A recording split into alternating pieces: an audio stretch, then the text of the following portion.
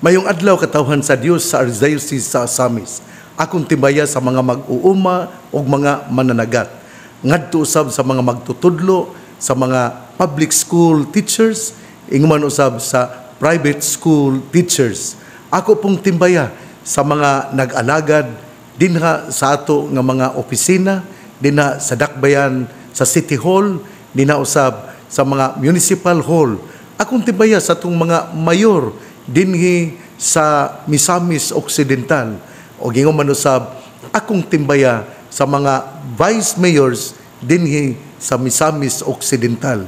Ako pong timbaya sa atong mga barangay captains. Salamat kaayo sa mga barangay captains nga mitabang ug mitambayayong sa mga kapistahan sa ila nga mga barangay. Labi na gayo dinha sa barangay San Roque, dinhi sa Dakbayan sa Usamis. Sa tanan nga mga nagasaulog sa ilang mga piyesta, din ang ilang nga mga barangay captains mainiton usab kaayo nga mibulig. Ako moingon, ang Dios nga nakakita sa inyong maayong gawi, kamo iyang panalanginan. Ako di ay kining hangyo nga ato pong tabangan ang kining barangay sa Katadman dinhi sa Usamis City. Hinaut nga makitaan pud kini sa atong mayor ni Mayor Indy Waminal. Tabangan nato ang barangay captain kay murag galisod-lisod man siya in town. Ayog lisod-lisod kay ang mga constituents man mao ang mamahimo nga masakripisyo. Busa sa tanan nga mga barangay captains, padayon kita nga moalagad og salamat kaayo sa ato nga mayor nga may hatag gayud. Ako nadunggan yun na nga mga 500,000 man din ang hatag kada barangay aron magamiton alang sa mga activities dinha sa ilang tagsa-tagsa ka barangay. Kini aside from the era that they will receive from the government. Muna nga kining salamat Mayor Indy Waminal sa imong pagkamanggihatagon aron magmalipayon o makatabang gayud sa mga barangay nga katawhan dinha silang tagsa-tagsa ka gialagaran nga barangay. Ako po di ay nga adlaw marong Miyerkules sa Agosto 21 ang ika-20 nga Domingo sa kalendaryo sa simbahan, o karong adlaw mao ang kining holiday, ang pag-anibersaryo. Adili deron giusab man ang holiday karon naman nga Biyernes, pero karong adlaw mao ang sumad sa kamatayon ni Anhing Benigno Ninoy Aquino. Busa ato siyang iampo nga unta ang Ginoo magmaluloy-on kaniya o pasudlon siya sa langit nga mo'yang gipangandoy samtang buhi pa siya. Karon po ugma unya pud sa Pitsa 23 Biyernes mao ang birthday ni Barangay Captain Fe Mintanar Kalahat nga taga Dolores Clarin, Misamis Occidental. Barangay Captain Fe Mintanar Kalahat, advance happy birthday. Ako po nga advance happy fiesta ngadto sa mga katawhan sa Maluso, Basilan Province, ang mga kaparian sa mga Clarician Fathers nga maoy gadumala dinha sa parokya dinha sa Immaculate Heart of Mary, Maluso, Basilan Province. Ako pod nga advance fiesta greetings ngadto sa Sapang Dalaga, ang ilang nga kura paroko mao si Father Elias Tabuco nga niadtong Domingo, Agosto 18, aduna kami gikonfirmahan nga dulan sa 300 ka mga batan-on nga midawat sa sakramento sa konfirma. Busa ngadto sa katawhan sa Sapang Dalaga, advance happy fiesta. Unya sa Huwebes, ugma fiesta sa Maluso, Basilan Province, o sa Sapang Dalaga, Misamis Occidental, diin ang ila nga patron mao ang Immaculate Heart of Mary. Karon daing hapon moadto di ay mi kay doon na may gathering ang mga pari didto sa parokya sa Sapang Dalaga. Kay giinbitar man kami ni Father Elias Tabuco. Bispiras ko no, muna nga moadto ako kay akong ipakita ang akong pakiglambigit ug panaghios sa alang sa clergy sa Usamis nga moadto sa bispiras sa kapistahan sa Immaculate Heart of Mary dinha sa munisipyo sa Sapang Dalaga. Ang mga Katoliko magsaulog sa piyesta sa Immaculate Heart of Mary dinha sa Maluso, Basilan Province ug sa Sapang Dalaga, Misamis Occidental. Dinhi sa Sapang Dalaga ang kura paroko mao si Father Elias Tabuco. Ug karon di ay Biyernes usab Pitsa 23 mao di ay ang regional gathering sa mga Catholic schools dinhi sa Tanggob City. O ato nga mahinumduman nga ang Tanggob City, ang Misamis Occidental, mao ang sponsor sa panagtapok sa mga Catholic schools dinhi sa Region 10 nga pagahimuon dinhi sa Tanggob City, gikan sa Camiguin, Bukidnon, sa Cagayan de Oro City, sa Lanao del Norte, o gingon man usab dinhi sa Misamis Occidental. Atong pasalamat ni Dr. Rosa Lantaka o gingon man usab sa iyang mga kauban nga maoy nangulo aron mamahimo nga mabungahon ang maong panagtapok sa SEAP Region 10. O ang tema nga ila nga mga sawan mao ang Pilgrims of Hope, Pilgrims and Agents of Hope, Embracing Synodality. Mao kini ang tema nga ila nga sawan sa ilang pagpamalandong ug panagtapok sa SEAP 10, SEAP Region 10 nga pagahimuon diya sa Tanggob City. Ang ato karong ebanghelyo atong kutloon sumala sa ebanghelyo ni San Mateo. Si Jesus misugilon nining sambingay ngadto sa iyang mga tinun-an. Ang gingharian sa langit sama sa tag-iya so sa kaparasan nga sayo sa buntag milakaw aron pagpangitag mga tao nga iyang patrabahoon. Miuyon siya paghatag kanila sa naandang suhol nga usa ka denaryo ang adlaw. O gipadala sila ngadto sa iyang parasan. Sa pagka-alas 9, miadto na usab siya sa merkado ug didto nakita niya ang pipila ka tawo nga nagtindog nga walay buhat. Busa miingon siya kanila, "Trabaho usab kamo sa akong parasan ug hatagan ko kamog hustong suhol." Ug nangadto sila. Unya sa pagka-alas 12 ug sa pagka-alas 3, mao gihapon ang iyang gihimo. Hapit na kadto mo alas 5 nga miadto siya sa merkado ug didto nakakita siya laing pipila ka mga tawo nga walay buhat. Siya nangutana kanila, "Nganong giusikan man ninyo ang tibuok adlaw?" Sila nanubag, "Wala may mipatrabaho kanamo." Ug mingon siya kanila, "Kung mao kana, trabaho usab kamo didto sa akong parasan." Sa pagkasaumsaong na ang tag-iya miingon sa iyang kapatas, "Tawga ang mga mamumuo ug hatagi sila sa ilang suhol o nakapagsuhol kadtong ulahing gipatrabaho ug ipaulahi kadtong unang gipatrabaho." Ang mga tawo nga misugod pagtrabaho sa alas 5 sa hapon gisuhulan og usa ka denaryo ang matag usa kanila. Busa sa pagduol na sa mga tawo nga unang gipatrabaho, nagtuo sila nga labaw pa ang ilang madawat. Apan ang usag-usa kanila gihatagan usab og tagsa ka denaryo.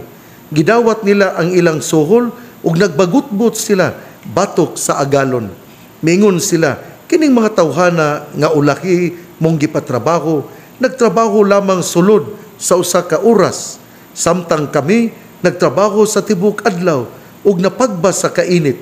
Apan bisan pa niini, imo silang gihatagag samang suhol nga imong gihatag kanamo." Ang agalon mitubag sa usa kanila, "Migo pamati, wala akong manlimbong kanimo, kay miuyon ka man sa suhol nga usa ka denaryo ang adlaw. Karon dawata ang imong sohol ug pauli sa inyo. Mo'y akong gusto nga kining tawhana nga ulahing gipatrabaho hatagan sa samang sohol nga akong gihatag kanimo. Wala ba diay ako'y katungod sa paggamit sa akong kwarta, sumala sa akong gusto, o nasina ka ba kay ako manggihatagon man? O gitapos ni Hesus ang sambingay sa pag-ingon, busa kadtong naulahi, mahiuna, o kadtong nahiuna, maulahi. Ebanghelyo sa atong Ginoo, daygon ikaw o Kristo. Una sa tanan, mga igsoon, pagkaanindot o pagkapuno sa pagtulunan kining ato nga ebanghelyo karon. Pero sa dili pa kita mo padayon aron pagpamalandong sa ato nga ebanghelyo karon, ako usa diya kayong isulti nga karong adlaw Agosto 21 mao ang piyesta ni Saint Pius X. Kini si Saint Pius X usa kini ka maanindot nga Santo Papa. Kini si Pius X, ang iyang tinuod nga ngalan mao ang gitawag og Giuseppe Melchiorre Sarto, nga natawo niadtong Hunyo 2, 1835 dito sa Rize, Venecia, Austrian Empire, ug namatay niadtong Agosto 20, 1914 dito sa Roma, Italy, ug gikanonized isip Santos niadtong Mayo 29, 1954. Ug ang iyang piyesta mao ang Agosto 21. Nahimo siya nga Santo Papa gikan sa 1903 hangtod sa 1914. Asa ko nang gikaingon na dinha siya usa siya ka obispo unya nahimo nga Santo Papa. Ang nindot lang kayo ani ba? Ang nindot nga kinabuhi ni Saint Pius X nga siya gitawag og ang tinuod niya ngalan mao si Giuseppe Sarto. Ang istorya gyud nga dili nako makalimtan niya mao nga usa kay gayon ni ana ni pauli siya sa ilang lungsod, sa ilang lugar. Unya nalipay kayo ang pamilya sa pagpamauli, sa pauli na niya padulong sa iyang kining diocese. Ang iyang igsuon nga babay buot nga mukuyog kaniya. Moto nga atong una magsakay malag karwaki o kinibang kabayo ba.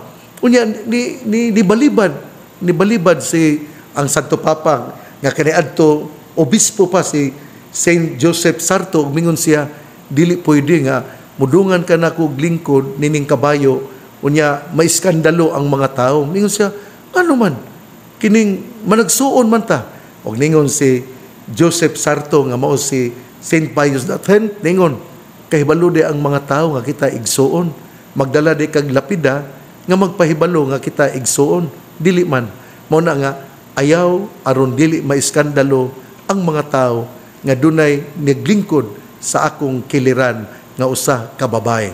Nindot kini kay pahimangno kini sa tong mga kaparian kana bitong usahay kanibang mga batanon nga imong magpakudak dayon mo nya murag kamurang duha nya malipayon kay imong yung giagbayan ang babay na padre ayo gyud ana kay ma-scandalize man ang imong mga parokyano bisag wala kay malisya nga gipakita pero ang sensibilities sa ato nga katawhan, ang pagbati sa ato nga mga parokyano lain kaayo mo na nga kining ato gyud nga kining dili nato dadon sa tentasyon o dili nato dadon sa paghimo og dautan nga konklusyon ang ato nga mga katawhan.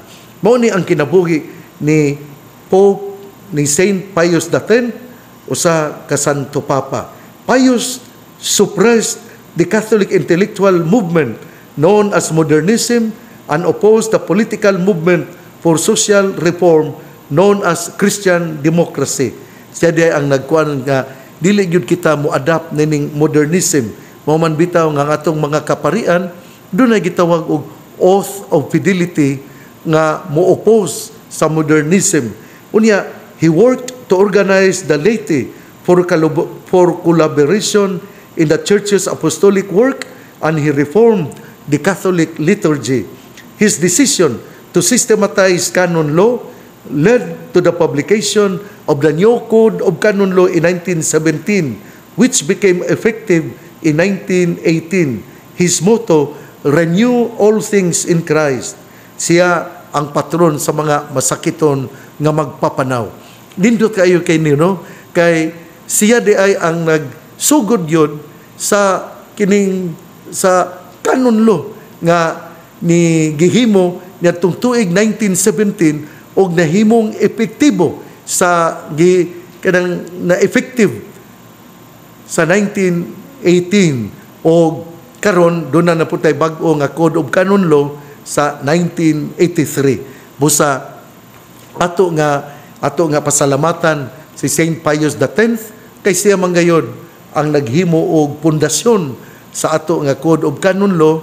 Adto na pay uban kaniadto pero ang nadunggan gayud mao ang Code of Canon Law sa 1917. Mao kadto ang kinabuhi ni Saint Pius X.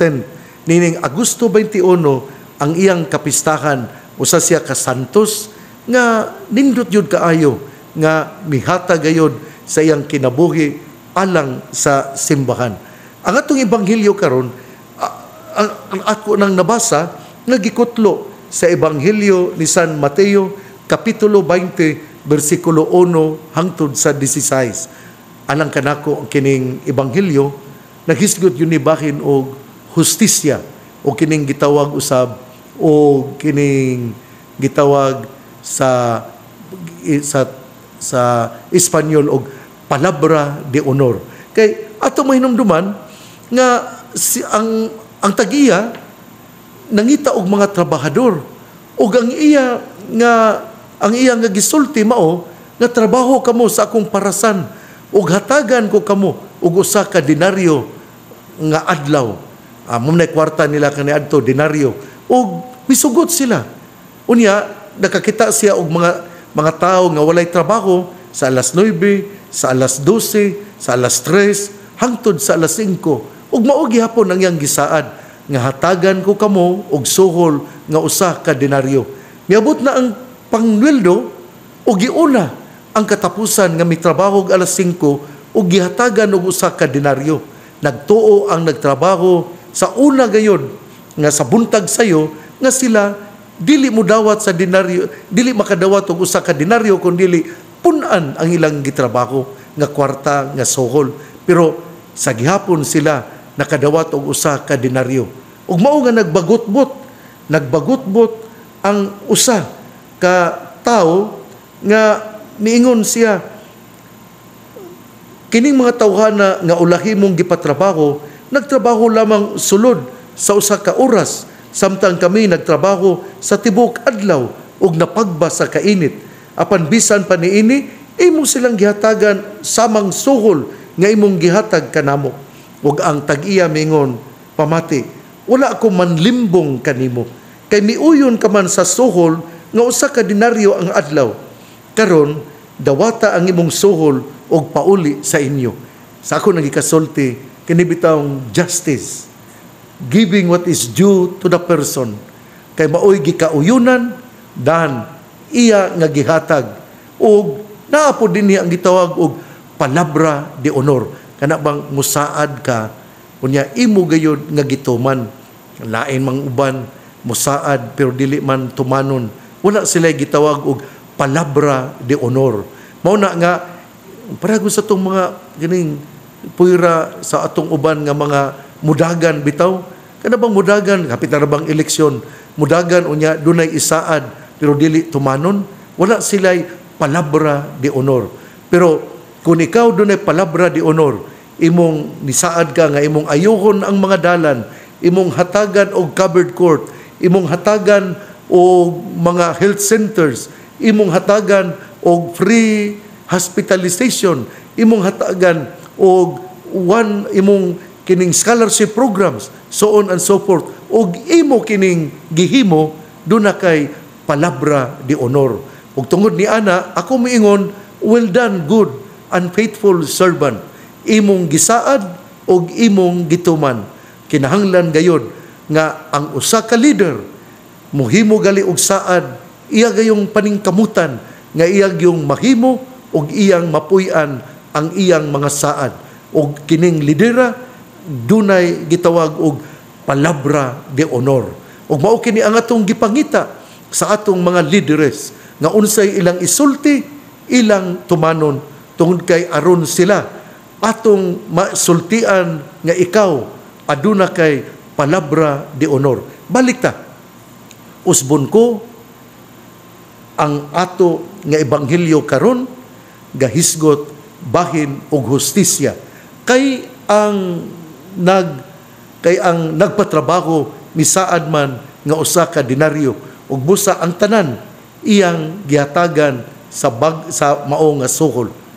Another interpretation concerning this episode mao nga ang ato nga salvasyon, our salvation, dili nato makwinta bahin sa gidugayon sa atong pagtuo. Kay atong hinumduman ha, nga kung ikaw mituo og mihatag, bisan pa ni adtong higayon na nga wala ka mutuo, apan miabot ang panahon nga ikaw mituo, nya namatay ka, maluwas ka gayon. Mao may pagaingnon nga ang grasya sa Ginoo para sa tanan o moabot kini sa panahon nga gusto sa Ginoo. Muna nga ang mituo sa sugod o ang mituo sa ulahi, sila makadawat sa suhol nga mao ang kaluwasan. Mauman bitaw ang ebanghelyo miingon, busa kadtong maulahi, mahiuna. O kadtong mahiuna, maulahi. Tungod lagi kini kay ang kaluwasan wala man mag-agad kung sa kadugayon sa imong pagtuo, kundili nag-agad man kini sa imong paghinulsol o sa imong paghatag sa imong kinabuhi alang sa gingharian sa langit. Muari kuno kita sa kining 2024 gospel power. Kining mao ba nindot gyud kaayo ang gibasa ang gisulat dinhi sa 2024 gospel power. Atong basahon kini miingon nga in our human notion of fairness, benefits to be received must be commensurate to efforts spent. But today's gospel parable upsets this neat balance. Jesus wants us to understand that the kingdom of heaven transcends all our mental categories. Since it is divine reality, it is not human fairness that establishes order in it, but God's generosity. Numbers matter little to God because genuine love does not calculate but just keeps on giving. Like the landowner whose concern is not to get his money's worth of labor, but only to generate jobs so that no one remains idle. God wants us to fulfill our life's purpose and not live aimlessly, barren and unproductive. From the sunrise to the sunset of our life, God is there to engage us, and whatever point of our life we respond and surrender ourselves to Him, God is ready to give us the incalculable gift of a life in union with Him. Manindot kayong gisulti, no? Ang fairness good para sa tao, dili man pareha sa Ginoo. Unya, ato pong mahinumduman nga kining like the landowner, ang iyang concern, dili man mao ang kining ang concern, the like the landowner whose concern is not to get his money's worth of labor, but to generate jobs so that no one remain idle. God wants us to fulfill our life's purpose and not live aimlessly, barren and unproductive. Sa ito pa gusto yun sa Ginoo nga, mabunga kita o maayong bunga. Bunga nga mulungtad o muhatag o kinabuhing dayon. Maugi hapon, no? Natong Domingo, gahisgot, nga ang Eucharistia, mao ang maghatag o kinabuhing dayon. Karon, ipahinumduman kita, nga kinahanglan dili kita mamahimo nga dili productive, kinahanglan nga kita mutrabaho gayon o dili kita kining magpabilin nga walay trabaho. Muna nga ang tag-iya sa vineyard, tag-iya sa parasan, misuroy og miadto sa mga merkado ug iyang nakita ang mga walay trabaho ug iyang giingnan, trabaho kamo, ug sila misugot. Ang gusto gyud ay ang tema, ang gusto gyud ay nga isilsil sa limpatakan alang kanato ning maong ebanghelyo mao na kita mo trabaho so that we become productive ug mamunga kita og mga bunga nga mulungtad nga muhatag og kinabuhing dayon. Pagkaanindot, no? Justice of God,